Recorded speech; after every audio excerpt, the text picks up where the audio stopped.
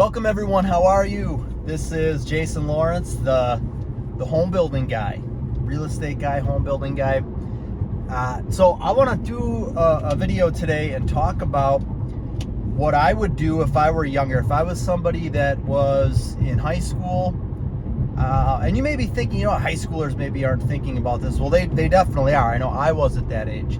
Or if you're in college. So I've had a lot of people, young people, that have reached out and asked what they should do to become a home builder. Because when you're, let's say 18, 19, and this really can pertain to anybody at any age group that wants to start home building. So if you're in college, if you're going to be going to college, I've gotten these questions from, say, kids, people that age that ask, what should I do to become a home builder?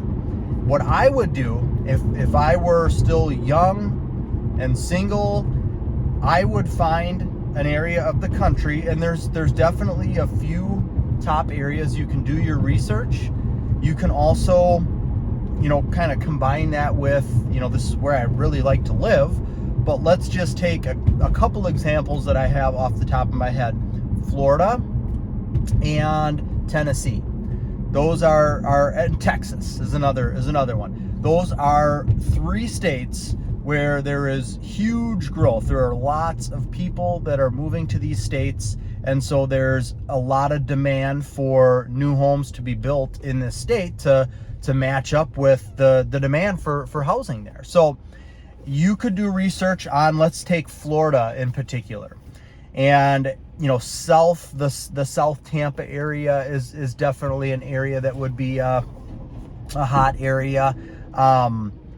Ocala would be an area, so that would be more like northern central Florida, that area. And that might be, if you're starting off, that type of an area. I know from speaking with a couple of people in that area that you can still obtain lots for, let's say $25,000 to $40,000, and there's a market for building, 3-bedroom, 2-bathroom, basic spec homes and selling them for, $300,000 to $400,000. So that's a nice kind of ease in starting point, get your feet wet with doing something a little bit smaller. And I'm sure there's markets like that anywhere. But if you take Florida, for example, most of the big money stuff is going to be closer to the water. So when you get into, like Gainesville, Ocala, those types of areas of Florida, they're not as close to the water, or they're not as close to touristy type areas. So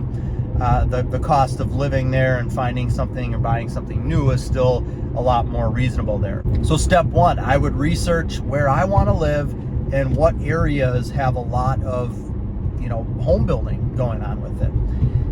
And if you're in high school and you're considering college, but you want to be a home builder, don't go to college. Do not go to college. You're not going to learn anything in college. And I guess I don't want to say anything, but most of what you learn in college is not going to pertain to the home building industry, or it's just not. There may be some classes there that are, business management, things like that, but the real world experience, and just when it comes to something like this industry, that's just my advice. And I followed my own advice. I did not go to college. I ended up dropping out after a year. I had way too much fun partying, and so it wasn't just because I was following the path of wanting to become a home builder, although that's just how it turned out. But I did. So I worked for a home builder while I was in high school. That was, my second job that I had. And so I didn't have to go to college. I was actually making really good money as I graduated high school, and I was getting really good experience. At that point in my life, 18 years old, I was an assistant to a single family home project manager. So the single family home project manager, we worked for a large builder who developed lots as well. So this single family project home superintendent, or whatever you want to call him, he was in charge of X amount of single family homes, or in charge of one single subdivision and everything that got built in there. And I was the assistant at that point. So I was actually dealing with subcontractors. I had worked on houses. I had done a lot of stuff. I've just gained a lot of information just from being in the industry and doing different things. And so by that point, I was an assistant, and I think maybe the year after that, when I was 19 years old, or maybe even while I was still 18, the superintendent that I worked with had some health issues, and he was gone quite a bit. And so the type of person that I am, I saw an opportunity, and I basically said, okay, I'm just going to start doing his job here. I'm not going to tell any of my higher ups, hey, I need help, or I'm just going to do what I know that needs to be done. Just want to jump in real quick and talk about my membership services that I offer. So I'm really excited. I've got a whole new tier to the membership platform. So we've got our $5 per month, which is Facebook access, video library access not found on YouTube. There's a $35 per month, which includes both of those things. You get all the forms and checklists that I use as a builder, 1 to 2 Zoom live Q&As per month. And then we've got another tier now that includes everything that I just listed, plus a one-on-one monthly phone call where we can cover tons of ground. There's a little more intimacy there as far as, hey, you're ready to start a spec home. You need more attention. Let's look over your plan together. Let's look over your selections together. Let's go over that cost breakdown together. Let's really get you to the point where you need to go so that you can get started. And that one-on-one monthly hourly phone call is really what can work well there. I'll put all the info and the details below. Back to the video. And then that ended up getting me my own subdivision that I was able to manage. And then I had my own assistant and my own detailers that were working underneath me. So that's how I started and I got into it. And I would highly recommend, you find that area. We'll use Florida as an example. And maybe even where you live, you see opportunity. It's not, it's Ohio. There's lots of other places. I'm in southeastern Wisconsin, and I feel like the market here is good right now. And for the last, 10 years or so, there's been really, really good demand. And then even going back before that, it's always been, southeastern Wisconsin is an area that is right across the border from Illinois. Illinois seems to have eternal problems. And so there's always people that are moving up from Illinois. There's businesses that would rather open their doors here in Wisconsin than in Illinois. So there's a lot of reasons why, but so it doesn't just have to be one of like the big three: Texas, Florida, Tennessee. There's definitely other states, and you may not even have to move. You may have opportunity right there in your backyard. But no matter whether you move or not, the first thing that you want to do is get hooked up with a builder. In order to build a spec home, and that's what the first step is for a lot of people, you're going to need to have a good amount of money to put down. You can certainly, you can go to the bank, and depending on the bank, and I've talked about this in other videos, all banks are different. So some banks, you can go to them and they'll require 10% down, and they'll give you a loan to build a spec home. But in my area, that doesn't exist. Number one, you're going to have some experience with being in the home building industry. Number two, you're going to have about 25% down. So it just depends on really where you are. So it's never too early. Even at 18 years old, to go into and start talking with local banks in your area. So not US Bank, not Chase Bank, not Wells Fargo, but smaller local banks. And say, hey, look, this is what I aspire to do in the future. I'm going to be working for a home builder for the next, however many years I feel I need until I get the experience where I feel comfortable with moving forward and building my own home. I'm going to save money during that time as well. So when the time comes, Mr. Bank, what do you need from me when that time comes? And now you've got a clear cut, okay, I'm going to need to have this much experience. I'm going to need to have this much money down. Now you've got a goal to work towards. So I would start working for another builder. And you can start at the ground up and you can move up pretty quickly. Even if you don't have any knowledge in the home building industry, you can start. And when you're at that age too, you don't have a family to support. You don't have all these things to where you can make, instead of going and working for a fast food restaurant or a restaurant or at Home Depot or Lowe's or whatever that type of, first job you're going to be working, go work for a home builder and start doing some of these jobs where you're working in the field and working your way up, and getting the experience that way is going to be invaluable. I mean, all of the knowledge that I have on how to, start your home building company, on how the construction process goes, how it should go, the order of in which everything happens, the things that you need to look for.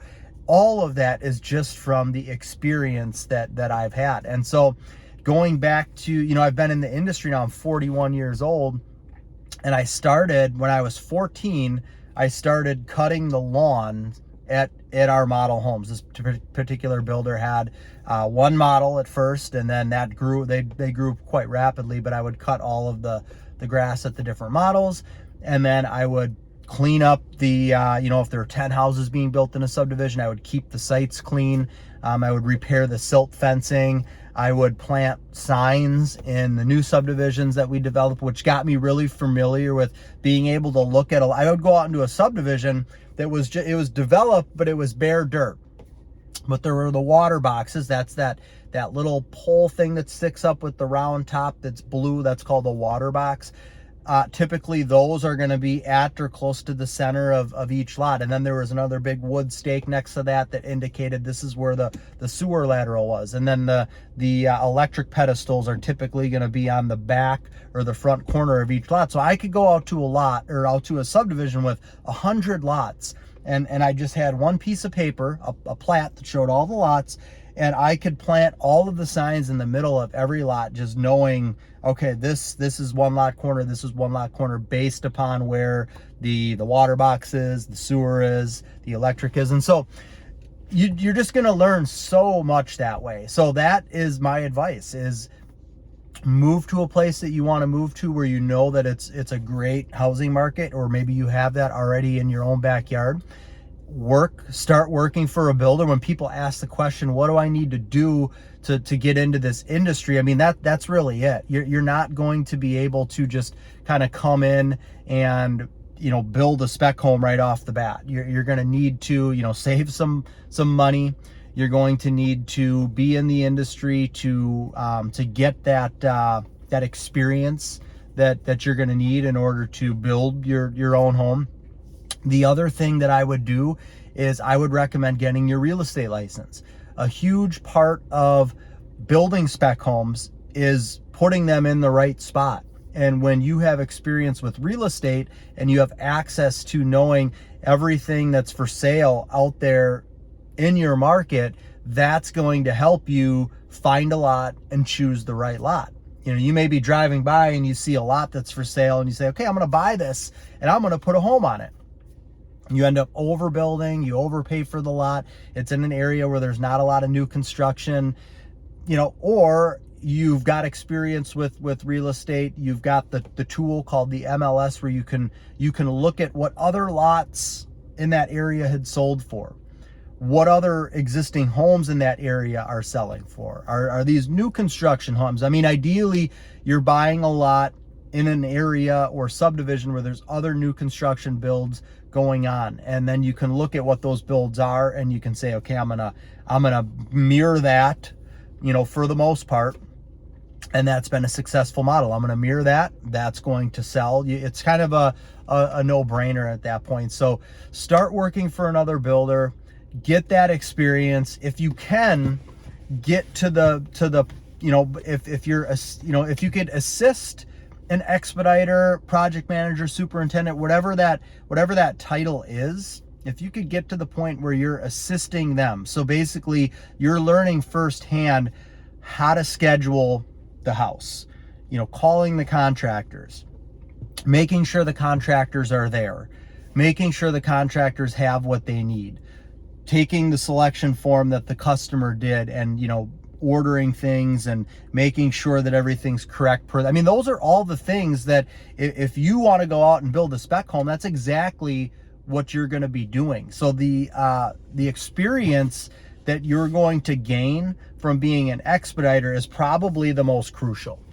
And of course, there are other things that go into it. There's, you know, people in some of the larger building companies where they just do bidding and purchase orders. So they basically, they get the blueprint, they get it all priced out, and that's invaluable as well. I mean, that's definitely a skill you have to learn as well. But I think the most important one is really that hands-on expediting, you know, a single family home and knowing the ins and outs of, like, you're seeing the hole get dug or the site work prep get done. You're seeing the slab go down or the foundation go in. You're scheduling those people. You're checking to make sure things were done properly. You're calling in for the inspection. So that's obviously, I mean, that's probably, it's a huge percentage of when you're building a spec home. That's a huge percentage of the work that you're going to be doing is while the home's being done. There's upfront work, of course, you know, doing the selections, putting the budget and cost breakdown together.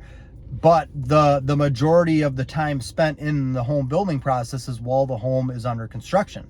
And you probably have a couple of months before the home starts, and then you've got, you know, 6 to 9 months, depending on the size of the house, while the home's under construction. So most of your skill, experience, knowledge is going to come in during that 6 to 9 month period. So that's what I would do, is I would work for a builder. I would see if you could get a position where you are kind of shadowing an expediter, you know, being an assistant to that expediter, and then ultimately, you know, letting that company know, hey, look, I want to shadow this expediter for as long as I need to, but my goal ultimately is to expedite single family homes for you and to be the project manager for, you know, a number of homes that you have going on, so that you can get that experience. So let the company that you're going to be working for know that that's what your long-term goal is there. And really, if you think about it, if you're 18, 19 and you get a good, let's say 5 years experience, and